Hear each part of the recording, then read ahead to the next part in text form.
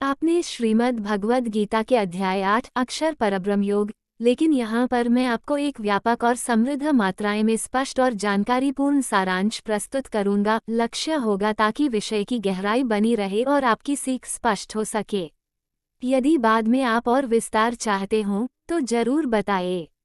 गीता अध्याय 8 सार एवं मुख्य विषय। 1 प्रारंभिक प्रश्न और परिभाषाएं। अर्जुन पूछते हैं, ब्रह्म क्या है, अध्यात्म क्या, कर्म क्या, अधिभूत, अधिदैव और अधियज्ञ कौन है? यह समझने गीता की मानवीय एवं आध्यात्मिक आधारशिला का प्रस्तुतिकरण है। भगवान कृष्ण या काल, जैसा यहाँ उपमा में प्रयोग हुआ है, बताते हैं, परम अक्षर ब्रह्म वह अक्षर है जो अमर और अविनाशी है, संपूर्ण परमात्मा का प्रतीक। अधिभूत भौतिक जगत में व्याप्त रूप, विभिन्न लोक, पदार्थ आदि। अधिदैव देवताओं का गुण और लोक। अधियज्ञ समस्त यज्ञों और कर्मों का स्वामी, सर्व सृष्टि का नियंत। 2 स्मरण का महत्व और समयांतिका अवस्था। जो व्यक्ति मृत्यु के समय केवल भगवान को स्मरण करता है वह उसी को प्राप्त होता है। यह अंतिम विचार ही आगे के पथ का निर्धारण करता है। अर्जुन को निर्देश मिलता है, सर्वदा मुझे स्मर और युद्ध कर। भीत रहित भक्ति से जो मन और बुद्धि स्थिरता से जुड़ी है वो निश्चित रूप से उसी परमात्मा को प्राप्त होती है। 3 परमात्मा की विभूतियां और साधना विधि। श्री कृष्ण बताते हैं कि परमात्मा सर्वप्राचीन, नियंत्रक, अत्यंत सूक्ष्म, अद्भुत रूप वाले, सूर्य की तरह प्रकाशमान, अज्ञान के अंधकार को दूर करने वाले हैं। साधनार्थ इंद्रियों पर नियंत्रण, मन को हृदय में और प्राण को मस्तक में स्थिर करना, यह योग के माध्यम से उच्च आत्मानुभूति की राह है।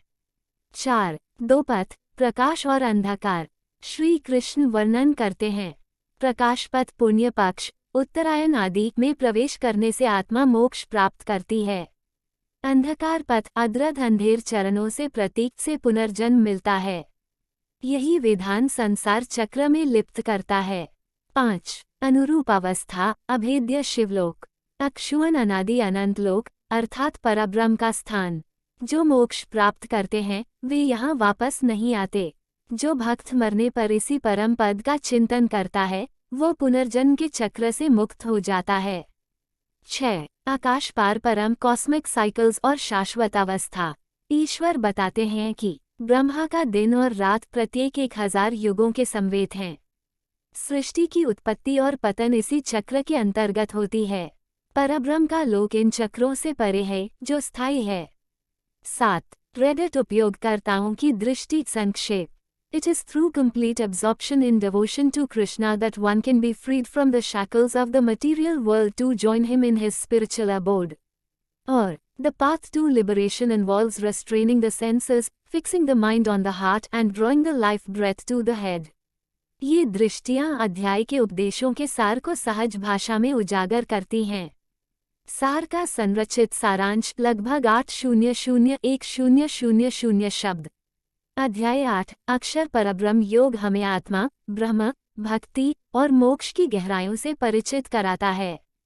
यह अध्याय 3 प्रमुख भागों में विभक्त है। ए परम सत्ता की पहचान। अर्जुन के प्रश्न, ब्रह्म, अध्यात्म, कर्म, अधिभूत, अधिदैव, अधियज्ञ, इनका क्या अर्थ है, उनकी मानसिक चूर्णता और आध्यात्मिक जिज्ञासा का प्रमाण है। कृष्ण उत्तर देते हैं, परम अक्षर ब्रह्म वह अविनाशी तत्व है जो धर्म की महानता, स्थायित्व और सार्वभौमिकता का प्रतिनिधित्व करता है। अधिभूत और अधिदैव भौतिक और दिव्य जगत के स्वरूप हैं, जबकि अधियज्ञ सार्वभौमिक पाप प्रायश्चित और रक्षा का स्रोत है। बी समयांतिक स्मरण और मोक्ष। रहस्यात्मक उपदेश यह है कि मृत्यु के आखिरी क्षण में क्या स्मृति है वही अंतिम यात्रा को निर्धारित करता है। यदि अंतकाल में पूर्ण भक्ति, विशेषतः ईश्वर का चिंतन हो तो आत्मा मोक्ष को प्राप्त होती है। स्मर और युद्ध कर माइंड और बुद्धि को स्थिर रखता है, मृत्यु के समय इसी की प्राप्ति सुनिश्चित होगी। सी साधना, पथ और परम लोक। गीता साधना के लिए निर्देश देती है। इंद्रियों का संयम, मन को हृदय में, प्राण को मस्तक में केंद्रित करना। प्रकाश पथ और अंधकार पथ, प्रकाश में मोक्ष, अंधकार में पुनर्जन्म। ब्रह्मा के दिन और रात की तुलना से ब्रह्मांड के चक्रात्मक स्वरूप का बोध। परब्रह्म की शाश्वत लोक जो मोक्ष प्राप्त करने वालों का अंतिम निवास है। उपसंहार। गीता का यह अध्याय ज्ञान, भक्ति और कर्म योग के संयोजन से मोक्ष की संभावना खोलता है। यह बताता है कि केवल अंतिम समय का चिंतन ही नहीं, बल्कि जीवन भर का स्थितचित भक्ति आधारित जीवन मोक्ष का मार्ग प्रशस्त करता है। इस अध्याय का संदेश एक रस भक्ति, मानसिक एकाग्रता और आत्म जागरूकता का संपूर्ण योग है। यदि आप चाहें तो मैं इस सारांश को पंक्ति दर पंक्ति विस्तार से, जैसे प्रत्येक श्लोक का भाव विश्लेषण, उपदेश की तत्वदर्शी टिप्पणी अथवा भगवद गीता की विभिन्न भाष्यात्मक व्याख्याएं 5000 शब्दों में विस्तार से प्रस्तुत कर सकता हूँ।